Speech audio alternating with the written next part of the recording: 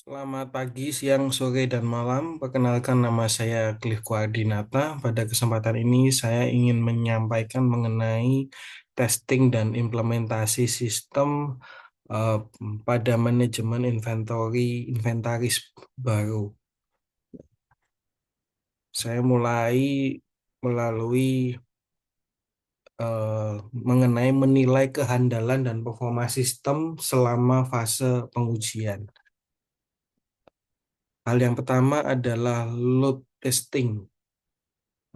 Di sini berguna untuk menguji sistem dengan volume data yang besar untuk memastikan mampu dalam menangani jumlah transaksi harian. Yang kemudian untuk menilai selanjutnya melakukan yang namanya stress testing. Stress testing ini mengevaluasi bagaimana sistem beroperasi di bawah kondisi-kondisi ekstrim.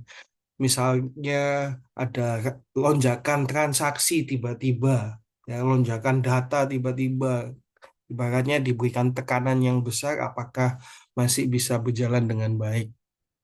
Kemudian respon time monitoring, mengukur kecepatan sistem dalam mengakses, memproses, dan menampilkan data.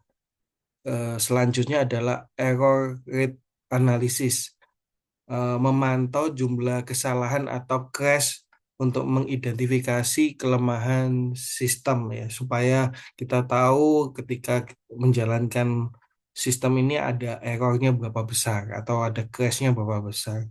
Kemudian user acceptance testing. Nah, ini melibatkan ending user atau pengguna akhir untuk menguji apakah sistem ini berguna atau sesuai dengan kebutuhan bisnis. Dalam hal ini tentu manajemen inventaris ya. Harapannya memang sistem ini bermanfaat atau user friendly ya bagi pengguna. Selanjutnya berkaitan dengan dua skenario uji coba dalam implementasi sistem manajemen inventaris. Yang pertama, contohnya adalah yang pertama, skenario pertama terkait dengan ketidaksesuaian stok. Nah, pengguna melakukan input data stok barang, namun saat dilakukan pencocokan dengan laporan fisik, terdapat selisih antara sistem dan stok real. Pengujian akan dilakukan dengan skenario simulasi transaksi masuk dan keluar barang untuk melihat di mana kesalahan yang terjadi. Skenario kedua, ini lonjakan permintaan mendadak. Misalkan di sini sistem diuji dengan simulasi lonjakan transaksi pemesanan barang dalam waktu singkat untuk memastikan tidak terjadi bottleneck atau kegagalan dalam sinkronisasi data. Oke, selanjutnya dua jenis uji untuk menjamin keberlangsungan kinerja sistem. Dapat menggunakan regression testing dilakukan setiap kali ada pembaruan atau perbaikan pada sistem untuk memastikan fitur lama tetap berfungsi dengan baik. Kemudian dapat juga melakukan yang namanya performance testing, jadi mengukur respon sistem terhadap beban kerja tertentu untuk memastikan bahwa sistemnya tetap dapat berjalan optimal dalam kondisi operasional. Selanjutnya saya menyampaikan mengenai perbedaan antara maintenance, preventif, dan correction. Kalau preventif maintenance ini dilakukan secara berkala untuk melakukan pencegahan akan adanya terhadap potensi masalah sebelum masalah itu terjadi. Contohnya termasuk pembaruan perangkat lunak, pemeriksaan sistem otomatis, dan optimasi database yang ada. Nah, yang selanjutnya adalah corrective maintenance. Nah, ini dilakukan setelah atau saat terjadi gangguan atau kegagalan sistem, seperti perbaikan bug, pemulihan data yang hilang, atau penggantian komponen perangkat lunak yang rusak. Ya, sebaiknya yang harus ditekankan adalah preventive maintenance lebih besar ya, karena corrective maintenance ini tentu saja karena sudah terjadi pasti ada kos-kos yang lebih besar ya, atau kita harus mengeluarkan effort lebih besar. Tetapi kalau melakukan preventif, wah, preventif ini artinya kita sudah lebih cost-nya bisa lebih rendah atau cost-nya bisa lebih rendah daripada ketika sudah terjadi. Ya, banyak sekali perusahaan yang menekankan preventif ini, effort preventif ini lebih besar. Jadi berjaga-jaga terlebih dahulu dengan beberapa situasi atau skenario. Oke, nah selanjutnya saya masuk ke fase yang tingkat perbaikan. Ya, langkah-langkah konkret untuk mengidentifikasi dan memperbaiki penurunan performa. Ya, yang pertama adalah analisis log sistem, mengevaluasi log aktivitas sistem untuk mengidentifikasi sumber masalahnya dari mana atau seperti apa.